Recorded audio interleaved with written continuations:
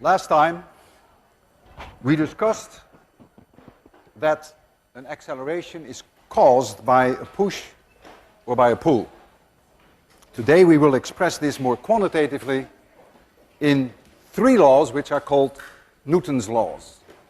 The first law really goes back to the first part of the 17th century, which was Galileo who expressed what he called the law of inertia. And I will read you this law. A body at rest remains at rest, and a body in motion continues to move at constant velocity along a straight line unless acted upon by an external force.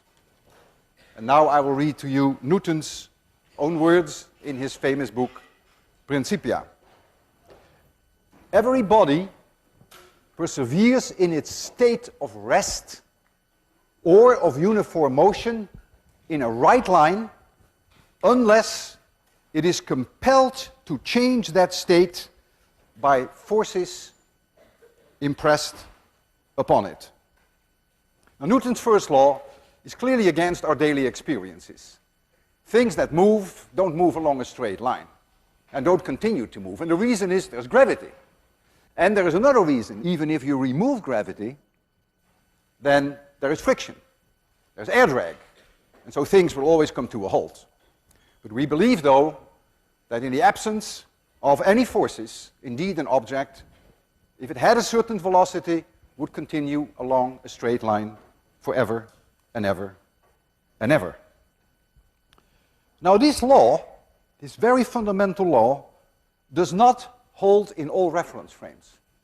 For instance, it doesn't hold in a reference frame which itself is being accelerated. Imagine that I accelerate myself right here. I either jump my horse, or I take my bicycle, or my motorcycle, or my car, and you see me being accelerated in this direction.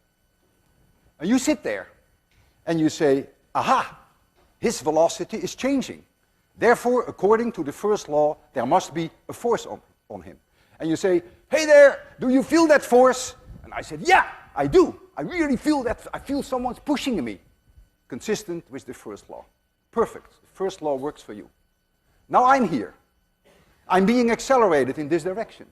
And you all come towards me, being accelerated in this direction. I say, aha, the first law should work. So these people should feel a push. I say, hey there, do you feel the push? And you say, I feel nothing. There is no push, there is no pull. Therefore, the first law doesn't work from my frame of reference if I'm being accelerated towards you. So now comes the question, when does the first law work? Well, the first law works when the frame of reference is what we call an inertial frame of reference. And an inertial frame of reference would then be a frame in which there are no accelerations of any kind.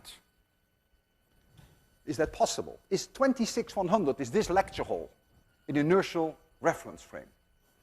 For one, the Earth rotates about its own axis and 26-100 goes with it. That gives you a centripetal acceleration.